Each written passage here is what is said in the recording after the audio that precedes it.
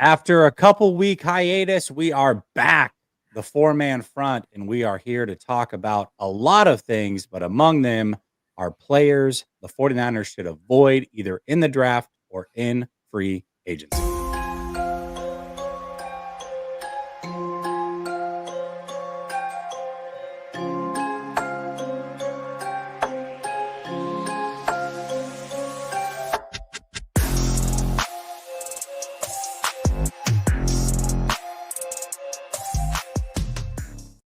All right. Welcome back to Last Second Sports, where we are giving you our take down to the last second. And it's four-man front, which means I got my guys, Ryan G. Hensley, Grant Cohn, and the coach in the building. Gentlemen, what is up? I hope you're having a fantastic evening, chat. I hope you're having a fantastic evening. I do want to bring this up, and I don't have it as a topic point. We were talking about it backstage, but just as a point of news, the Jaguars are interviewing Josh Williams, Director of Scouting and Football Operations for the 49ers. If you remember, last year, he is one of the two people that filled the role of assistant GM once Adam Peters left. So we don't know if he's going to get the job or not, but it is worth noting. I don't know if any of you guys have a take on it. Grant, you had something interesting to say backstage. Maybe you can bring that up and then we can move on unless somebody else has something crazy to say. Well, I just think it's interesting that the Jaguars just fired Trent Baalke. Trent Baalke hired Josh Williams with the Niners once upon a time. And it seems like even though Baalke is clearly a snake who should not be in the NFL and is awful and a backstabber, like he seems to actually spot talented scouts and promote them. And the general manager in Minnesota, Quessy, I keep forgetting his name. It's a long one, but he also comes from the 49ers. I believe he was also hired by Trent Baalke. So Baalke is what I'm trying to say is he should be a Hall of Famer. I'm pretty sure. He's got a heck of a tree. He's got a heck of a tree. What coach, if you guys were looking for a GM, what team would you guys pull from? Because I don't know if I'd be pulling from the Niners necessarily.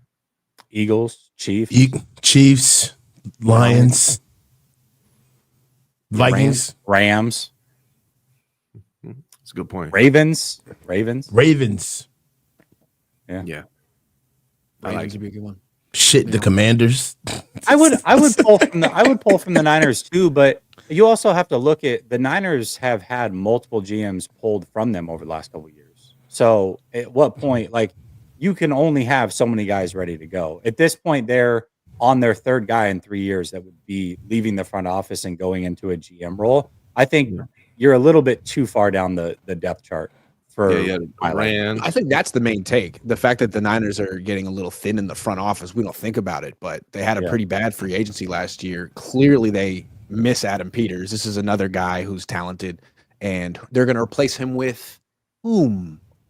I'd be trying to find out who Howie Roseman's right-hand man is and trying to get him in the building if I was the Jaguars. It's scary though. It's like trying to find Belichick's right-hand man or Andy Reid's right-hand man. They might just be special. Yeah. But worth investigating. It is definitely worth investigating. Maybe there's another 5'6" Jewish man over in Philly who really knows football. There's probably a lot of them, actually. I wonder. Yeah. Oh, that's awesome. All right. Well, that is newsworthy. Figured I would bring it up, but it was not originally one of the topics. However, one of the topics we did have at hand is the ruthless Rams. Man, this is not new for them. By the way, this Cooper Kupp news that dropped yesterday about Cooper Kupp being on the trade block. We'll see if he actually gets traded or if they end up cutting him. One way or another, it does sound like he's done in a Ram uniform, but the Rams do this. They did this with Cam Akers. They did this with Robert Woods. They did this with Todd Gurley, Jalen Ramsey, Jared Goff. I mean, they're a pretty ruthless organization. So the question becomes, we know the 49ers haven't been so ruthless. I mean, maybe Buckner, I guess, Armstead, I guess. But for the most part, they haven't gone the route of the Rams or even some of these other teams like the Chiefs. Should they, though? And if they should, who is a player that they should have been more ruthless with? Or maybe they should be ruthless with now. Ryan, I will start with you on this one. Yeah, I mean, it goes back to, I mean, it was probably said before him, but I remember just the Bill Walsh is better to get rid of a player a year early than a year late. And it seems like the Rams have bought into that philosophy.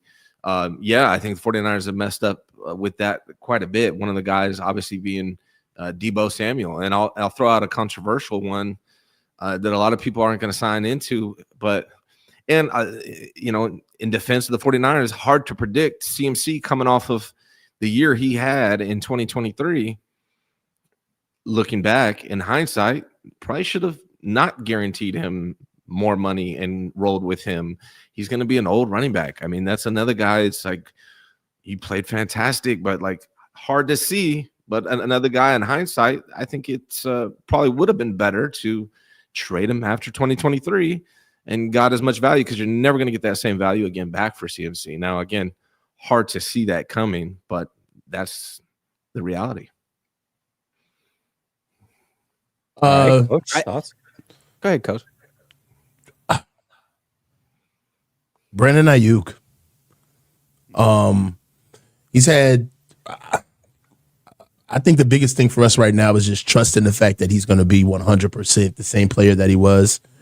Not even when we last saw him, but the year prior when he was, kind of pushing towards that elite status, like fringe elite, if you will.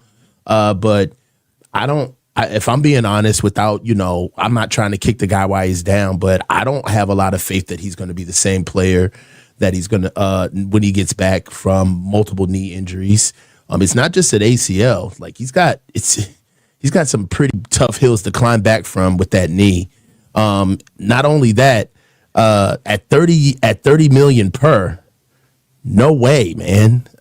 There's just no way in the world that they can abide that. And really, I don't even look at it as ruthless, more along the sides of just being pragmatic. It's like, bro, you kind of pushed a really hard bargain for your money. We get it. That's water under the bridge, and the reason why it's water under the bridge is because we signed, we capitulated, we bended the knee. All right. But I think that it's about time for us to have a conversation with you, Brandon, where it comes to, are you really earning this money? Are you underplaying your contract, or is there potential of you underplaying your contract, or even better yet, hey, do you want to go through this? Do you want to be able to keep up this, your cachet as a pro around the league, just getting overpaid? Do you really want this on your jacket, or do you want us to kind of insulate you, kind of give you some money up front? You've already gotten the bonus, right? But let's kind of amend that contract to get it back to something that fits along with the production that we have now. I think that it's time for us to have that conversation with him. Grant? I think when you just compare like how the Rams are so tough and how the Niners aren't, just look at Les Snead compared to John Lynch. Les Snead was the general manager before Sean McVay got there. So he's a strong GM. He's not trying to make friends with the players. And then Sean McVay, his dad was the general manager of the Niners for 15 years during the glory years. So he also knows about like getting rid of a player a year too soon before, not a year too late. And I think what's interesting with the Niners, like look at Kyle and John, they traded Buckner. That was shocking. But they didn't draft Buckner. It was easy for them to sort of pull the rug out from underneath him. And then they cut Armstead, which was shocking. But again, they didn't draft Armstead. Like, they have a little core group of players who are their players, and they're a family, and they vacation, and they love each other. It's like, dude, this is a freaking team, and you guys are getting older, and the Rams would never do that stuff. Debo's a few years younger than Cooper Kupp, but they're equally as washed. And I think the Rams would have gotten rid of Debo by now. They never would have signed Brandon Ayuk to that contract, and Juszczyk would be gone by now. I think there's like since Kyle and John have gotten here in 2017, they've put together a little football family, and it's like ridiculous to a degree. You got to do what's best for the organization, and that's moving on from players like Juice and Debo now. Yeah, I think moving on from Juice and Debo a year or two ago. Let's kind of go back to the Debo Samuel original contract. At this point, the 49ers easily could have traded Debo to the Jets. We know that deal was on the table.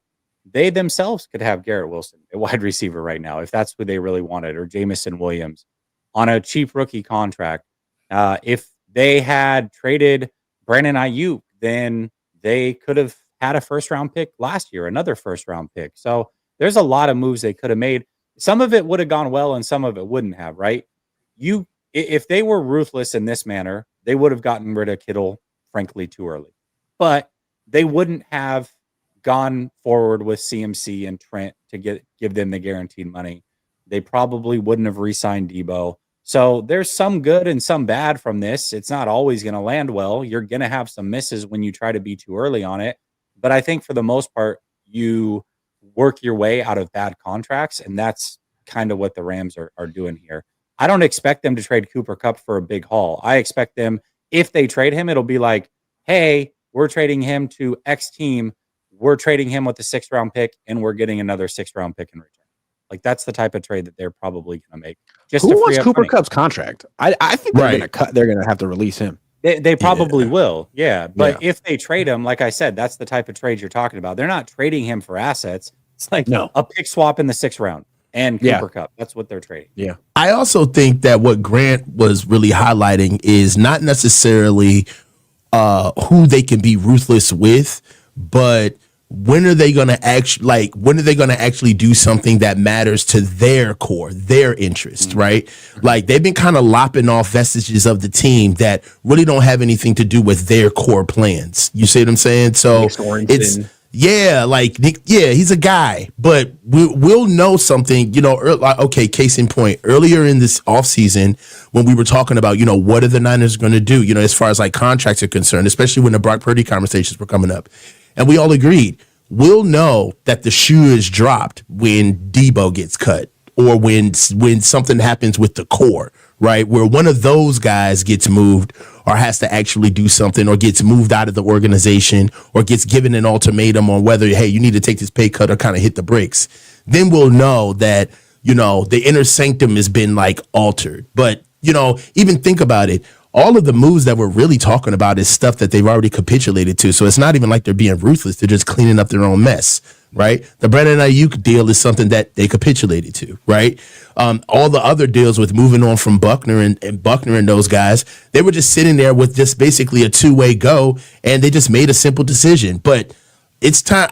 I would be interested to see how they move when that core starts going, right? I'd be interested to see when they have a real conversation with Trent, quite frankly, where it's like, hey, man, are you going to give us a full season? What are we paying for? Right. What are we paying for? Christian was the offensive player of the year, just like Cooper Kupp. Yeah, agreed. Face of the team. Sorry, it happens quick. Good point. Cooper Kupp went from being really good to being really bad really fast. Super washed. Like, he always was slow. Now he's not quick, and it's like, yikes, dude, you can't play football anymore. Yeah. You got to go. Yeah. I do wonder how much of that is due to his ankle injuries. He's clearly had some severe ankle injuries, and they've taken away his quickness. I don't know if that's something like he can recover from or whatever, but I wouldn't want to be the team to find out. Not for $20 million. Which brings us back to Trent Williams, who's had an ankle injury every year for the last 4 or 5 every years. year. And this time it was a bruise that wouldn't heal, and it cost him 7 games, and it could have been more. So, yeah, man, a good call, coach. So when are they going to have that conversation with Trent? Yeah, it's time. I understand that we get caught up on the names, and name recognition is key, but the production has to match the cachet. And it's getting to the point where we're a little top heavy with the names starting to matter more than what they actually are doing on the field. So that's why the draft is here, man. Absolutely. Well, another big piece of news that came out yesterday was Myles Garrett. I know that you've all talked about it, I'm sure, ad nauseum in one way or another, whether it's with your friends or family or Twitter or making your own videos. But the question is should they actually pursue Myles Garrett? We know that this is going to take at least the 11th pick overall, possibly more. We know that he also doesn't have any guaranteed money left on his contract. So is he going to want to rework? I assume he will. Grant, we'll start with you on this one. Should the 49ers pursue Myles Garrett? Why or why not? I mean, it just seems like if you don't, it's just conceding that you're not even a contender. Like, why even try? The Eagles and the Commanders are better, and we're just not that good, and we're not one player away. It's like, What happened to all these players you played, and why is your team so old? Like, you've been saying all this time, we just got to get healthy, and we have an easier schedule, and we're not going to have this bad luck. Then you stand on that and go make a big time move so the Commanders don't make it. Because I mean, whoever you're going to take with the 11th pick isn't going to be nearly as good as Myles Garrett. And it's not like you got this up and coming team full of 24-year-old players. It's like 29-year-olds to 32. So bring him in and give it your best shot to win one Super Bowl. It's the kind of move Eddie DeBartolo would make. And of all the contenders, if the Niners are in that group, they have the best draft pick. So they should be in the conversation. I don't know. See, I feel like every team should be calling Cleveland about this. Who doesn't need Myles Garrett? Who doesn't want Myles Garrett? 2 firsts? Yeah, I'd do it. Okay. Coach, would you do it? Hell no. We got 11 picks. We're an old ass team. He's 29 years old, and I get it. Phantoms look good, man. Rolls Royces depreciate very slowly, but it's still an old ass Rolls Royce. Like he's gonna be 30. For one player we're not one player away, like Grant just mentioned. We're not one player away, and quite frankly, we need to get older. We are top heavy. I don't know what you call us if we pick up Myles Garrett and throw away half of our draft to go get him. Also, we kick the can down the road again on the future. We're going to have to dip into 2026's draft to get this guy because we ain't got 2 first-round picks. And that's what it's going to take just to have the conversation. It's going to take 2 first-round picks. So we can walk in there with a first-round pick and a second-round pick and a player? Who are we willing to give up, right? There's nobody, honestly, that I think that's young enough and viable enough that they would actually take outside of maybe Fred Warner, maybe, if you put him up for grabs, or they don't want CMC, old. We don't even know what Brandon Ayuk is. Possibly if you put George Kittle up, they would maybe take an aging George Kittle. I just don't see it. I think that we need to get younger. And when you're on the way to the draft and you're trying to focus on filling the depth of the team and actually kind of pushing the competition of the team, you don't go get another hired gun. To be honest, this just basically, in my opinion, would look like another dressed up Javon Hargraves move. We're going to go get a hired gun to go come and outsource one position of the defensive line, and he's going to be the guy where we suck, and it's going to be like, but Myles Garrett's got 12 sacks. It's going to be like, yeah, well, that doesn't matter. We're still trash. So I just don't agree with it. I think that we need to sit this one out. I mean, and that's another thing. Can I say this? As fans, as an organization, we have a severe case of FOMO. Like, we got to be involved with everything that's happening in the league. If somebody's available, what do you think the Niners are going to do? You think the Niners can go get them? And I think that lastly, and I feel like I'm arguing all of your points, Grant, but I'm really not. But lastly, playing obfuscation, playing defense so the Commanders don't get Myles Garrett or the Eagles don't pick up Myles Garrett. Quite frankly, we can't afford to do that anymore, right? Because we already got one of those guys that we played defense for, and he just fleeced us for more guaranteed money on top of being the highest paid running back in the league. So I get it. If Myles Garrett was a player away, if we were like a guy away where we needed somebody to kind of shore up one side of the defense that's already intact, then sure. But we don't even have Drake. We don't even have Myles Garrett's backup on the roster, let alone Myles Garrett. So I just think that we got to kind of be where our feet are. Right. It's my opinion. I kind of in between you two. I think you definitely want to explore it, but I would only really commit to it if I'm ready to also move on from Nick Bosa, because I'm 100% down from moving on from Nick Bosa and his salary and getting the draft capital back for Nick Bosa and spending some of that back on Myles Garrett, who in my opinion is a better player and might change some of the culture on this team, which I think is needed. So I would be open to getting Myles Garrett. To me, he's top 3 defensive lineman in the NFL. So if you move on from Nick Bosa, get some draft capital back, invest that back into Myles Garrett, and keep your 11th pick overall, I would be 100% into that. I like Myles Garrett a lot, but there's only so much capital that can be spent on this particular team the way it's structured right now, in my opinion. You can't have two $30 million players on the defensive line when you are just getting older and older and you have all these paid players as is. This team needs to get younger and they need to get cheaper and they need to get faster. So if you want to replace Bosa with Myles Garrett, I'm all on board with that. But trying to keep both, I just don't think it's realistic. I don't think it would happen. I think by the way, I agree with Coach and Ryan as well. I think they definitely do need to pick up the phone and see what it is. You can't let a player like that hit the open market without at least calling.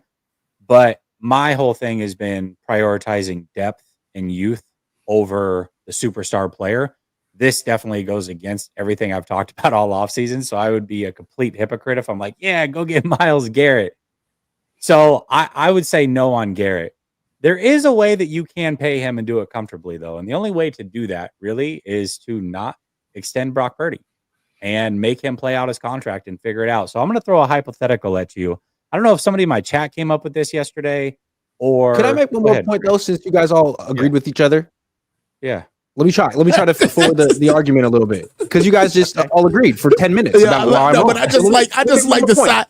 I like the shot, though. I like the shot. While you guys agreed with each other and pat each other on the back. No, you are such a victim, Grant. Such a victim. Good, but can we keep going? Is it over? It ain't over. Let's go. Hold on. Let's go. There you go. One more point, and then you guys can go. Before you go. So you guys make. Go ahead. Sorry, you're sure. What? I was just going to say before you go.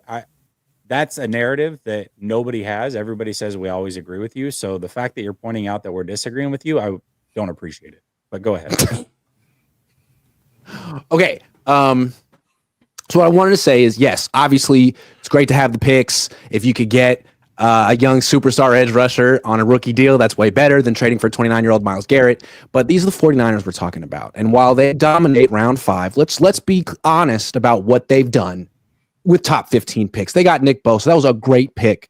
They drafted Trey Lance with the 3rd pick. They took Mike McGlinchey with the 9th pick. They took Javon Kinlaw with the 14th pick. So yeah, they could definitely knock this pick out of the park this year, number 11, or they could take some guy who could suck and not get a second contract. And they could do it again next year because frankly, that the odds say they're going to do that. So instead of doing that, go get Myles freaking Garrett and then trade down in round 2 and get all your depth in rounds 2, 3, 4, 5, 6, 7, where they're better at drafting anyway, and just make sure you don't miss on this pick. Make sure so you'd rather us just go and pick up mid players in the draft just because we have a propensity to hit on them? You don't even want the shot at going to try to get a young guy that you don't want to let them do their job. Team. Trying to add a Hall of Famer to the team. He's not our Hall of Famer. Could be. Nah, man. I don't want no Timu Hall of Famer. I want a guy that's actually drafted by the Niners to be a Hall of Famer, bro. Like, that's what this is what bad teams do, though. Bad teams don't have homegrown depth. They always go out and they go get guys to come in and be 1099 hired guns. That's what bad teams do, man. Last time the Niners won a Super Bowl, they went out and got the 1099 hired gun of all 1099 hired guns, Deion Sanders. I don't want to hear it, Coach. Oh my God, here you go. You pulled Deion out of your ass, bro. Right. Myles Garrett, dog, is going to be 29 years old, bro. He's going to make he's $19 million against the cap now. And there's no way. And Reggie White rolled into one super player, and the only reason he doesn't get more credit is because he's been in Cleveland and no one ever wants to watch that team play football. Kind of like Trent Williams. He was just wasting away in Washington, not being on TV, comes to the Niners. Oh my God, he's the greatest. Oh my God, he's a 99 PFF grade. That could be Myles. He's not slowing down.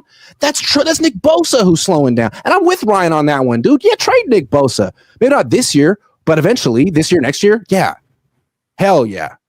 Last year.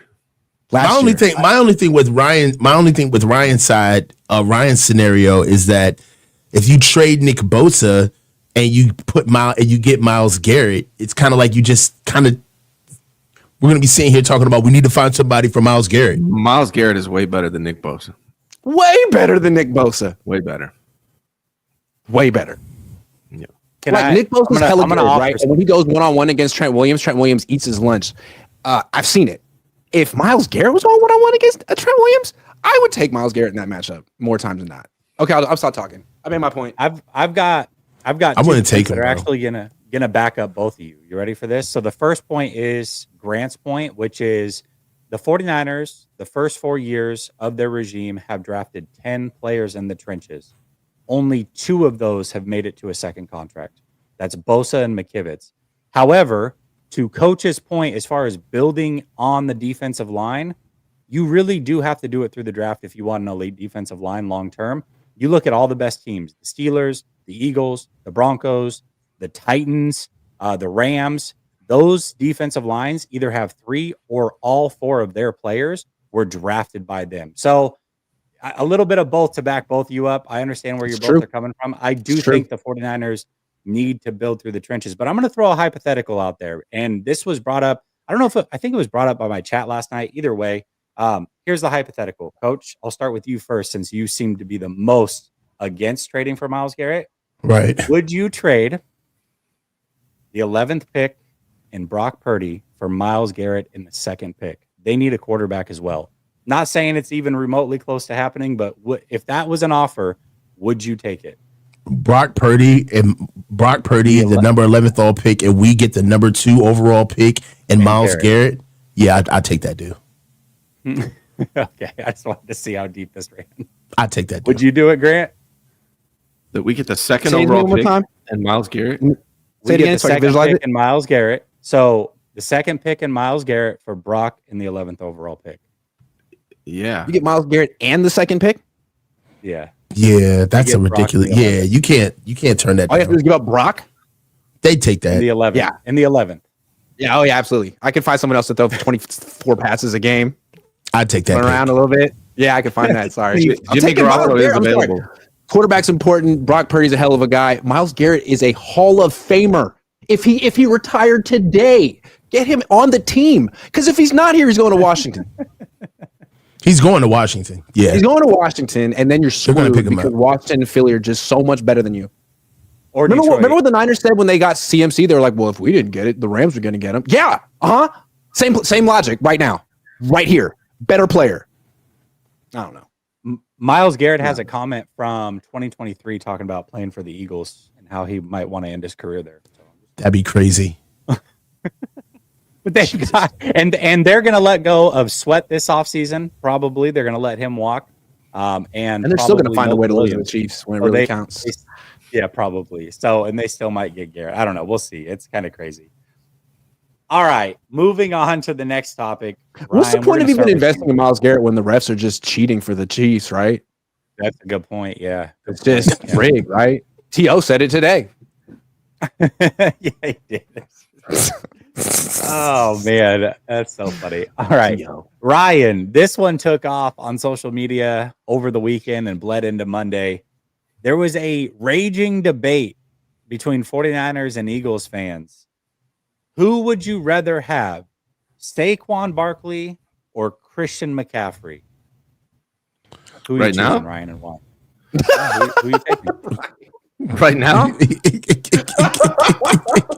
the guy that I can know. run.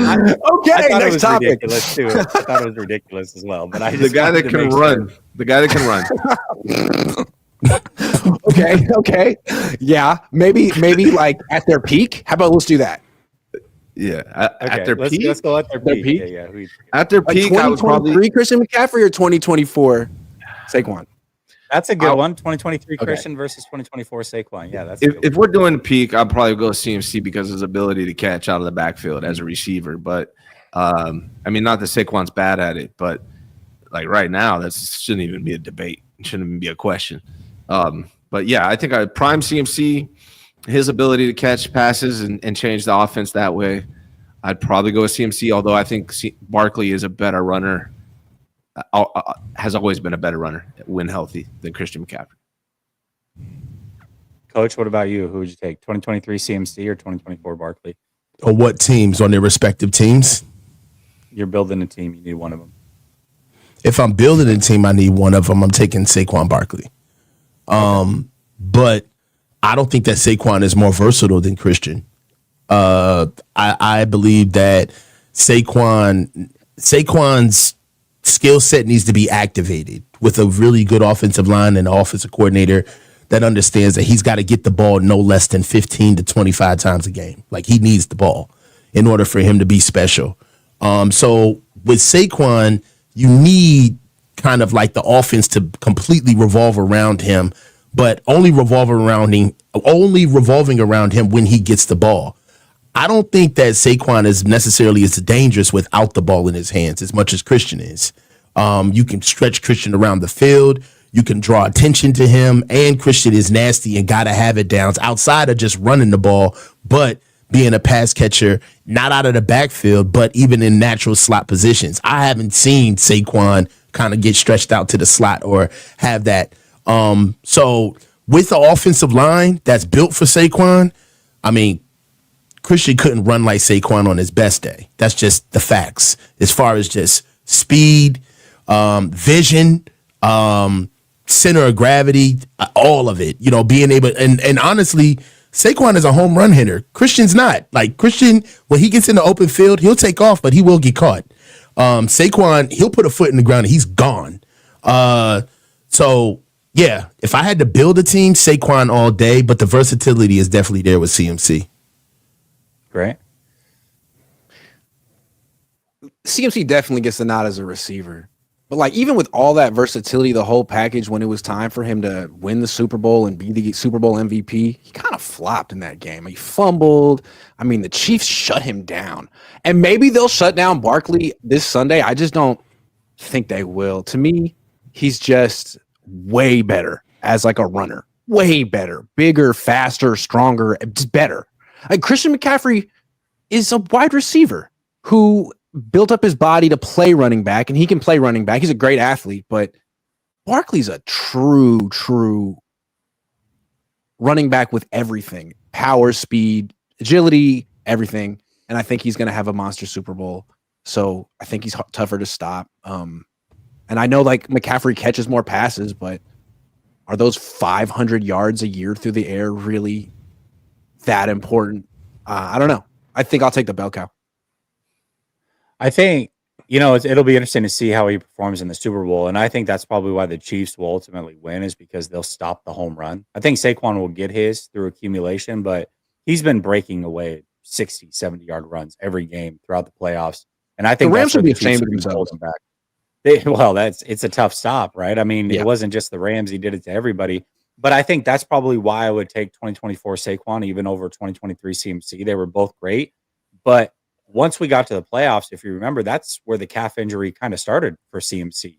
And the decline started as well. Saquon's only gotten stronger. He's gotten to the playoffs, and he's doing everything he did in the regular season and then some. So that's when you want your guy to perform at the best. It was a great regular season for CMC, but once he got to the playoffs, he wasn't the same CMC consistently all the way through the playoffs the way that Saquon has been, in my opinion. I will say that Saquon has been using that massage gun on his calf. I noticed it too over the last couple on games. That calf, looking real close to the Achilles region. Yeah, the same. And I got to push back, Grant. Like, CMC kind of fell into. I feel like he's older. You know how like Kobe and Jordan picked up an elbow down post up game with a free throw, so they couldn't fly all over the place. I understand that Christian's game is a little bit more, how can I say, artful and skilled, but he is a running back, Grant. He's not a receiver. Christian was one of the best running backs in the nation coming out of high school coming out. Type. I mean, his body type. Like, if he weren't in the NFL and when he retires and he looks like walking around, he'll be 6 feet, 175. And Barkley, respect. When he's retired, he's still going to look like a running. I'm not saying he's not a running back. He's just not built like one. He's not. I mean, he is now, but not. He wouldn't be when he was a kid and when he's retired. That's all I meant to say. Dave Barclay says, "What's up, my guys? Been waiting to catch this show." Well, here you go, Dave. What's up, Dave? You've got it. Deshaun DeVoe says, "Let's talk some controversy. If you guys had to save only one of your guys on the top four, which would it be?" And then he follows it up and says, "I'm talking about the four on the panel." This one's easy, and I think everybody will agree. It's got to be somebody with kids. So I would go with Ryan. He's got kids and a family. Hey, all right. Hey. Wait a minute. As the two guys with no kids on here, like, wait a minute. We've got stuff to live for. You two deadbeat dads have already had a shot at it. It's our turn to see what we can do. We have more potential. Yeah. We already know you guys are horrible fathers. It's our turn. Yeah. Perfect. That's great. I love better. it. Perfect. I love it. Official B&A Music says Garrett wrecks games. Bosa almost gets sacks. Right. Bosa's been really good in the playoffs, though. There is something about Bosa that he does, I believe, elevate in the playoffs. But and maybe Miles can too. He just doesn't ever get to play there because he's in Cleveland. Dave says Dion that year, Emmanuel Sanders, CMC, Garrett. Yeah, so he's talking about hired guns. So Emmanuel Sanders, CMC, and then he's saying Garrett would fit that. 1 and 3. Randy Gregory, Chase Young. Loss. Dave Barclay says CMC doesn't let others play. Super You Bowl. brought up Dion. I can shoot back. Hey, man, I just I'm reminding people that the great Chase Young once was a 49er. He How can we was. forget? Maybe they'll bring him back. Chase.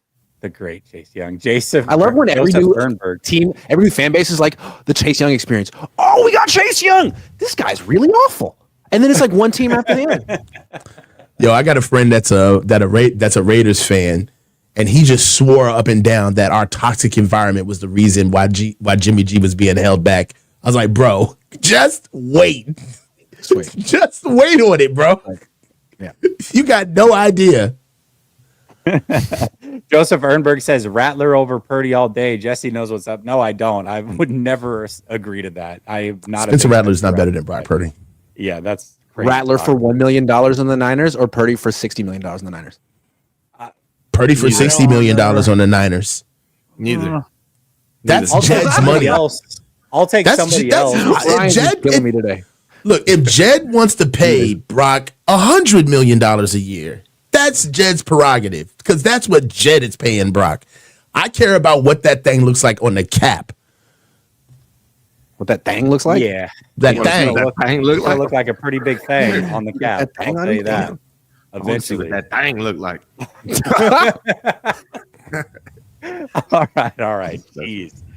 Oh my gosh. All right, here we go. Title of the show: a player that the 49ers must avoid, whether through the draft or free agency.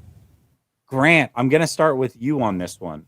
What is one player the 49ers should avoid getting this offseason, either through the draft? If the Niners were playing this game in 2017, Kyle Shanahan would have been like, "Ooh, Patrick Mahomes, whatever we do, we got to make sure." Okay, this year, the guy I'm nervous about is Ohio State left tackle Josh Simmons because he's tantalizing. You can look at him and be like, man, if he hadn't torn his ACL, he might be a top 5 pick. He looks like a true left tackle. Everyone else is a guard. He's got Trent Williams' number. He could be special. You could get him at 11. ACL recovery science has really improved over the years. Like, these are the things that Trent Baalke would tell himself. And you already have a bad track record of drafting in round 1. And you cannot miss, especially when one option is to go trade for Myles Garrett. So I would say don't draft the offensive tackle with the torn ACL in round 1, the 11th pick. If you want to trade down, that's another That's a good story. one. I like him too. I do like him too. He is good, but he tore his ACL. Sorry. We just don't know what it's going to be like, later. You can't. Okay. Coach, give me a player.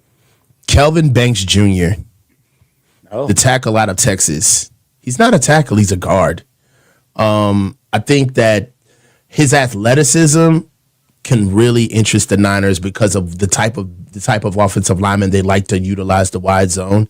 They like guys that are a bit of they're tweeners, not necessarily 300 plus, athletic guys that can move, have great feet, all of which Kelvin Banks Jr. has. He's very athletic. He has really good feet, but he's a waist bender. He lunges, and I don't think that he generates a lot of power from using leverage that he shouldn't be, that he gets away with in college ball, where when he gets into pros, he's going to be dealing with a lot stronger guys. They're going to be faster. They're going to get up on his chest and really take him for a ride early. One of the biggest things is that I think that he's at 6'4", for him to play as as low as he does, he doesn't necessarily have a lot of generated power through his hips. I think that Kelvin Banks is extremely athletic, but just not as a tackle. I don't see the actual. I don't see the strength necessarily either. So you put him at left guard. He'd probably be one of the best left guards in the league immediately, but you don't draft a guard at 11 overall. So I think, Why and then again do you also think he can't play tackle, right tackle. I just think that he's a waist bender. I don't think that he necessarily is as strong as they think he's going to be. I think that he's got really good feet and he's extremely athletic, but I don't see the technique that he'd be able to handle the best pass rushers week in and week out at left tackle. And at the same time, at 6'4", I mean, I know that Trent is 6'4", but Trent's kind of like on the shorter end of what you would want out of a left tackle at 6'4". You want those guys to be a little bit bigger. So for me, I would stay away from Kelvin Banks Jr.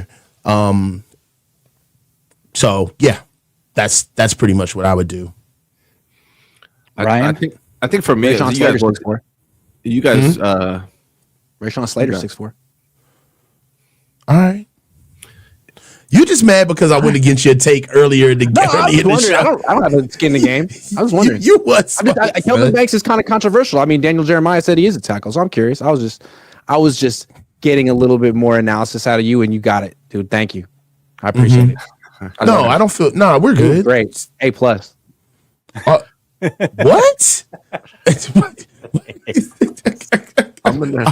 All right, Grant. So we're moving on. I'm gonna go with the draft since you guys were doing free agency, or excuse me, vice versa. I'm gonna go with free agency since you guys were doing the draft. And it's really not a specific player necessarily. I mean, there's some examples I'll give you, but what I'm trying to avoid is the next Javon Hargrave, the throwaways, the older players that cost a lot of money. With this team and their situation that they're in right now, I want to get younger wherever we can, and I'm not into spending money on throwaways. Like there's Stephon Gilmore, as good as he was, he's a name-only guy. He's 34 years old. There's a ton of these type of players where even like I might even go even further with it. Charles Omenihu, he was good for the 49ers, went to the Chiefs, did really well, but now he's 28 and most likely the Chiefs are going to be moving on from him. Is it time to bring him back? Those are the type of players I'm going to avoid. I want to get younger through the draft, and I don't feel like biting the bait with the next Javon Hargrave. So it's not necessarily a specific player, but the type of players, the throwaways. Yeah, I completely agree with that. The name that I had is more interesting today than it was yesterday, just because Matt Mayoko mock drafted him to the 49ers today, and that's Tyler Warren, tight end out of Penn State. I'm not even sold that he's the best tight end in the draft, to be real with you. I think Colston Loveland might be better than him. I'm not saying he is for sure. Okay. But Why I do do I think Colston that Loveland? Colston Loveland, he's a bigger body for one. I think that he's it's interesting because he's played in a similar situation to George Kittle, where it wasn't a big part because there isn't a lot of passing going on. But he is really athletic. He's a big body, awesome catch radius. I think he's the total package. So I think Loveland, I'm not saying he is better, but I think He might be faster than Warren too. I don't know. I got some more too. Now that we're kind of like talking about it, you mind if I interject real quick? Oh yeah, no, I was finished with my point. Yeah, go ahead. Are you sure? Yeah. Oh, I thought you were being sarcastic. No, really, are you sure? Are you done with your point? It's done enough. Go ahead. No one can say no. All right. So speaking of Javon Kinlaw, there's a clone of him in this draft, and the Niners have to stay away from him. Alfred Collins out of Texas. The Niners better not draft Alfred Collins out of Texas, okay? He looks like Tarzan, plays like Jane. This is a dude that is he's 6'5". You hear what Coach said about you, Javon? You gonna take that? He's 6'5". Yeah, whatever. Don't be trying to like divert. You already are. I wouldn't take that. You are already his number one op. There is no way that I can get shoukd nor did. So I'm telling you, Alfred Collins out of Texas, bro, he is a Javon Kinlaw clone, man. He stands straight up. He's strong. He looks beautiful in his pads, but he doesn't get any penetration in the line of scrimmage. He's not necessarily physical, but he covers a huge area of space. Also, I have one more guy that I think Jesse's not going to like, but Deion Walker, 6'6", 345-pound D tackle out of Kentucky. I don't like this kid. At 6'6", he stands straight up all the time. He doesn't have a first step. And to be as big as he is, he doesn't have strong hands. He doesn't play with leverage. And half of the time, he's always moving up and down the line of scrimmage rather than sticking to a man and causing havoc to get his linebackers free. I'm not a Deion Walker fan as well. So those are some guys that I feel like on the D-line, we got to kind of stay away from. Okay. And Shamar Stewart out of Texas A&M. I don't like him either. Shamar Stewart too. Okay, geez, you're just like throwing him out there. Well, they're going to take a D tackle though, man. They're going to take a D tackle with the 11th pick. Is there any D tackle they need to stay away from? Well, yeah, because Shamar Stewart played at 11. Okay. Yeah, Shamar Stewart. Yeah. He's ranked as like one of the top 3 defensive line prospects in this year's draft. But he played majority of his snaps at edge, and now all of a sudden he's getting scouted as an interior defensive lineman. It sounds like somebody who's making a business decision because he thinks he can make more money, but he knows that he's not good enough to really get draft consideration at his true position. That's why I don't want Shamar Stewart, because you're switching up your position and the most important part of your career. So I don't want him. Is anyone else losing confidence in Chris Kaceric's ability to like scout the players that he needs or wants that can coach? I mean, damn, dude. A little bit, man. Like he was in Detroit when they drafted freaking Nick Fairley. Like, I don't know about Chris Kaceric. I feel like he might be one of the more overrated coaches on the team. Chris Forster, super good, really good coach. I don't know about Chris Kaceric, man. Him and his wide now. I don't know. Mm-hmm. And he's going to be making this pick. Question. Him and Salah. True. Can I ask you guys a question, Jesse? Yeah. This is totally off topic, but it's just hit me, and I want to know what you guys think. Who's going to be the QB2 next year for the 49ers? In your opinion? We don't have one, bro. Brandon, it's not going to be Brandon. You think it'd be Daniel Jones? Zach Wilson. Like Jones. You know it'd be good? I'm about to, Grant, you might be mad. Justin Fields. I like that too. But do you think, I don't know that he would want to come here. He might. I don't think he would. He might be able to go to the Raiders and start or something like that. But Daniel Jones, he might be interested in being a backup for Brock. Who do you think it will be? He's mobile. He's never played on a good team. Daniel Jones, you think it will be? Who do you think it will be? We think we got a shot at Zach Wilson? I think they were interested in Daniel Jones. I think they wanted to sign him to their practice squad. I think he chose the Vikings over them, and I think the Niners might give him a little offer to be their backup. I don't know if he'll take it. He might get a better offer somewhere else, but I bet you they'll be in the Daniel Jones market. Mm-hmm. Do you think Kirk is getting untouched? Forget Kirk, dude. Forget Kirk. Yeah, he's available. He can't move. I'm over it, bro. Look, but I'm not asking if you guys like him. I'm saying, who do you think is going to be the guy? Kyle Shanahan. Will Howard out of Ohio State, second pick in the third round. Our third round pick. Book it. That's who's going to be our number 2. Draft Jackson Dart at 11. They'll probably call. I mean, Kyle's going to be interested. Mm-hmm. Hopefully, some team gives Kirk a starting job. Please, Tennessee. Please. He said today he has some good football left in him. So. No, he doesn't. Narrator, he didn't. I don't want to find out. I also am not willing to just say that he's washed because, and the reason I say that is because he was coming off of an Achilles injury. We saw that Dre Greenlaw couldn't even get back on the field really the whole year. And on top of that, he was going to a completely new team with a completely new system. I mean, that's a lot to do in one offseason. How would Brock look on the Falcons? I mean, we can't really. I'm not worried about that. The one reason why doesn't run at all. One reason why I don't want Kirk here is because as soon as he gets here, you bet dollars to donuts. There's absolutely no way he does not find the field. He's going to play. There's no way that Kirk Cousins is in the building. That's kind of why I want him. That's kind of why I want him. But he's going to win like 7 games, 6 or 7 games, maybe 8. You want to burn the whole thing down. Good. That's why you want him? Yeah, that's what I want to see.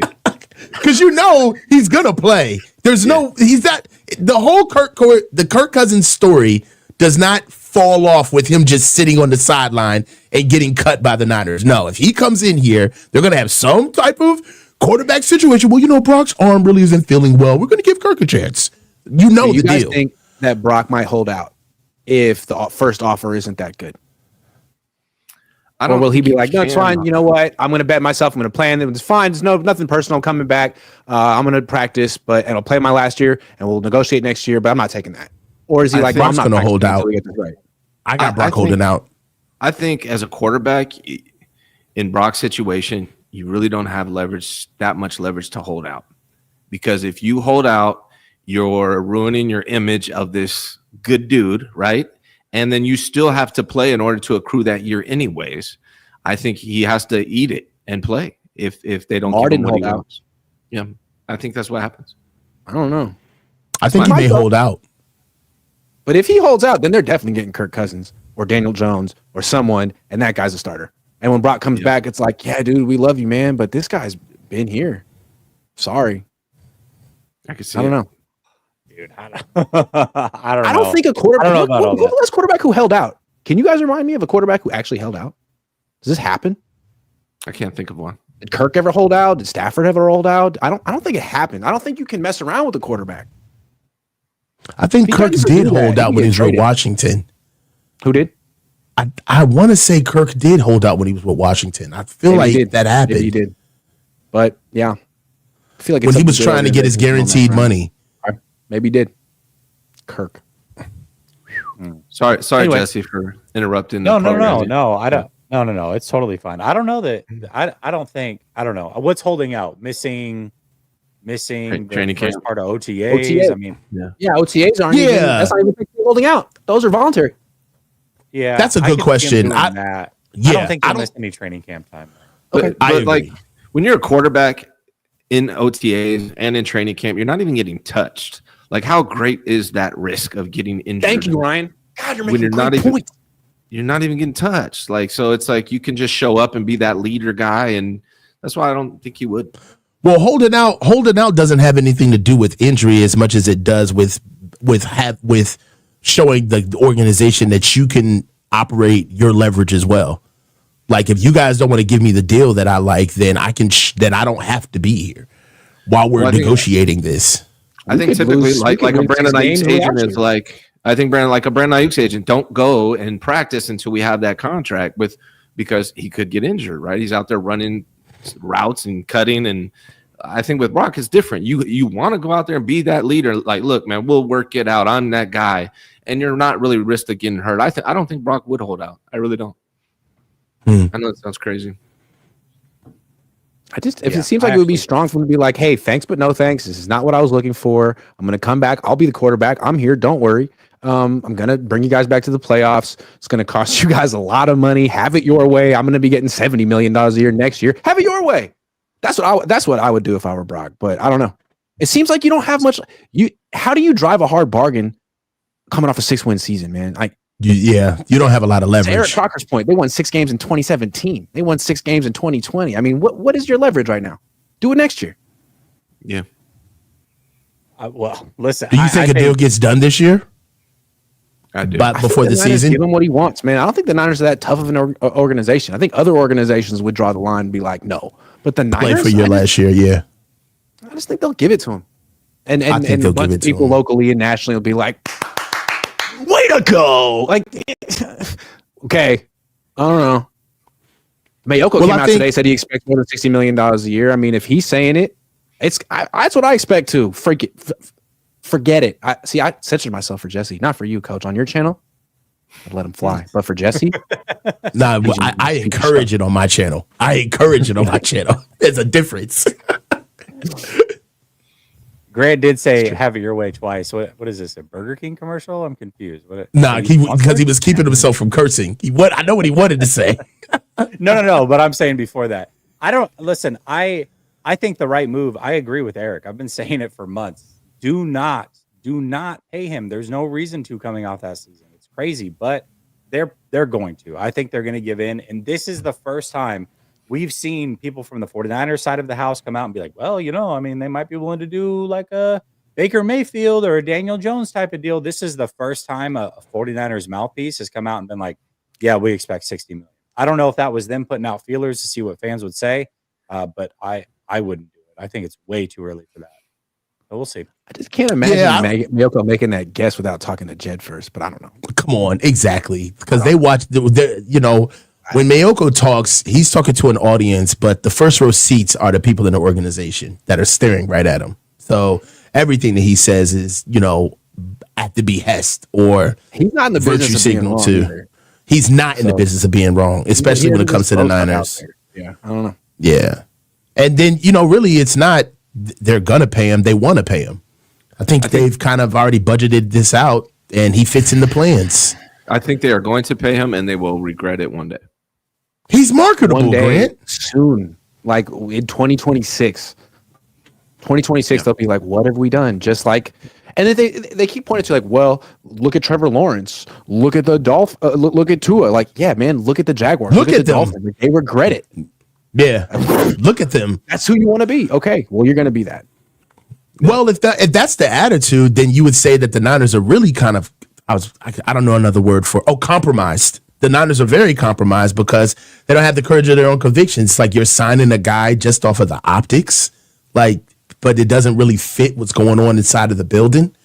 That's weird, but them paying him, is just, I feel like they feel like that Brock is a really good marketable quarterback that can keep asses in the seats, and they're more than happy with him being the face of the franchise. So they're going to pay him. What's at risk if they don't pay him? Like, do they risk losing the locker room? That's what sucks. Nothing's at risk if they don't pay him. Everybody knows the deal. What's Brock going to do? What's he going to do? You're going to trot your ass out there and play. That's why this burns, because they don't have to pay him. Mm-hmm. Yeah. What's he going to do? They risk losing the locker room? No. And if they did, it's time to reset anyways. Dog, let me tell you something, bro. That's like how a mid-organization acts. Like, are players going to be upset? Are fans going to be mad? Like, what would the Eagles do? We've seen them make decisions based off of that before, though. We have seen them make decisions. No, I know, and that's why I think they're going to pay him, and that's why I'm disappointed in the 49ers. And it's like, this isn't the team that I grew up with. I'm sorry, these Yorks. Put it like this: Kyle put up 3 first-round picks to go get Trey Lance. He's in the middle of having to tell his owner that all of that draft capital is done and he needs to trade this guy and move on. And before he does it, the people that he talks to is the 16 captains on the team to make sure that they're okay with it and see what they think about it. Like, bro, he's not, come on, man. It's all about the optics. It's all about how he's seen. It's all about how he feels. When was the last time the Niners didn't have major instant buyer's remorse after signing a guy? Like Ayuk, like instantly. Hargrave, Fred Warner, Bosa was the last time. Fred Warner and Kittle. Okay, probably the last 2. Okay, the only 2. But like the most recent Trent, the most recent McCaffrey contracts. I mean, damn, instant buyer's remorse. Instant buyer's remorse. And then every time that happens, like, well, we learned our lesson. It's like, oh, let's pay Brock. Like, no. We just did this. You remember that feeling that you had in October when you were watching and wondering if Brandon Ayuk still even wants to play football? Like, yeah. Remember that and take your freaking time here. But no, it's the Niners. You know what they're going to do. It's too bad. But they're interesting. Although I feel like they've been kind of boring for the last month. I'm waiting for them to do something. I'd like them to do something. Politely requesting. Grant's the meme with the stick. Boring. Do something. You know what would be crazy? When guys start asking for trades. You know who I think is going to be the first guy to ask for a trade? Debo. George Kittle. George Kittle. I think that if they draft Tyler Warren, he'll do it. He had a great season. He had a great season. Tinfoil hat. Matt Mayoko drafting Tyler Warren. Oh my God, are the Niners going to trade George Kittle? Yeah, because he wants an extension, right? And they're going to be like, you know what? We want to pay Brock and Myles Garrett. So they're going to pay Kittle. And I think George is probably one of the, he's kind of like the heartbeat of the team, more or less the spiritual leader. And he does a really good job at talking through his interviews and letting us know when he's not pleased with things. And a lot of times, I mean, how much longer can you put up with churning out some of the best productive years in your career when you're not targeted until late in the season? You do all of the dirty work. The offensive line isn't up to snuff. So now you're basically a glorified offensive lineman to set the edge at all times. And you're sitting here and you pace through Brock. You pace a quarterback through. So you know who asked for a trade and would have loved to do it if they would have found a trade partner with the Commanders? Brandon Ayuk. He wanted to be traded and he asked for it. He just didn't find the right destination. So that's one guy that already wanted. He asked for it. Yeah. Live look at Grant right now. Please. I mean, you were eliminated with 3 weeks to go in the regular season. You didn't go to the playoffs. You didn't fire your head coach. You're not looking for a quarterback. You fired Nick Sorensen and Brian Schneider. That's not enough, guys. You're going to have to Jake Moody. I'll take a Jake Moody move or something. Please. Kenny says, I don't think Brock is why they played badly. I agree with that. It's not all on Brock, but there are things. Part of it. There's a hold on. You said it's 100% on Brock? No, I said part of it. Oh, he's joking. Obviously. There's a thing called, or a saying in business that is control your controllables. And he didn't even control his controllables. That's the difference. He can't control players going around or around him going down. He can't control what the defense is going to do or what Kyle Shanahan's going to call. But what he can do is control boneheaded plays down the stretch when the game's on the line. And he didn't do it for 3 straight games. So I think Brock lacks self-awareness. Really? Yeah, and I'm gonna tell you why. Okay. Brock was at his best when he was dinking and dunking and taking what was given to him and the dump offs for Christian McCaffrey. And this year he tried to be some guy that he's not for whatever reason. Maybe you're chasing the money. I'm not sure what your situation is, but you are not that guy, Brock. You need to get back to taking what the defense gives you and let your weapons succeed from yak and quit trying to be this gunslinger that you're not. I think he needs to get back to what worked for him. What Embrace weapons? your inner dink and dunk. Wait a minute. Mm-hmm. All that was out there was the dink and the dunk. Like there wasn't a. I think that Brock had his part in us struggling this year, but I don't know, lack of self-awareness. Yeah, I think that's one of his strong suits is seeing the field and being aware. That's not the field is not himself. That's not self-awareness. That's awareness of the field and but processing. But what so I'm you talking think that about he thinks he's bigger than what he is? You think he's playing outside himself? Yes, Especially in the second half when it's time to win or lose a game. That dude was losing games with some crazy interceptions. Like he was Jordan Love out there. take what is given to you, Brock. That's why you were good in the first place. Yep. I will say the check down was there all season long, and he did pass it up quite a bit. That's what I mean. And that started in week 2. That started in week 2. He literally bought a jugs machine. He bought one and used it, and you wouldn't throw to him. I didn't like that. Garendo could catch. We saw that. Then there's their fullback. Great player. Didn't throw to him. Great. I don't understand that. I don't know that he lacks self-awareness per se, but I will say that the check down was there all season, and for some reason he did pass it up a lot and walked himself into sacks. So that is true. Joseph Ernberg says Rattler can do 85% of what Purdy does in cheap. I'm not sold on that. Rattler's horrible. Can we nip the Rattler stuff in the Yeah, bud? I'm not a Spencer Rattler guy. Yeah. Well, I wasn't a Spencer Rattler guy either, but I also don't know that you can. What is going on over there? That wasn't me. That was Coach. That was me. My bad. Sorry. I don't know that you can judge a player off of 1 year in a really bad situation. So I'm not saying he's good or bad. I'm just saying I don't know about that. Old Fogey says if it comes down to fortifying one side of the ball and through the draft, which side and why? Defensive line, 100%. I mean, this team has been predicated on the defense. That's when they've been at their best. Clearly, the offense can't carry them the way that I expected that they should the last couple of years. So I would say get back to the defense. If they're actually going to give Brock Purdy $60 million a year, it's the offensive line. You can't give a quarterback $60 million a year and say Colton McKivitz is our right tackle. You can do that when your quarterback is auditioning for the role, but once he gets it, like Colton, sorry, we're getting serious now. Jake, sorry, we're getting serious now. Like, we can't do this because if you guys get this guy hurt, that's the investment. That's the team. I'm sorry, they go together. Like the only chance this team has to win a Super Bowl, the only with Brock Purdy as their quarterback and Kyle Shanahan as their head coach, is if they have the number one defense in the NFL, and they got to stop trying to do that. You know, facts. Because really, pay Brock.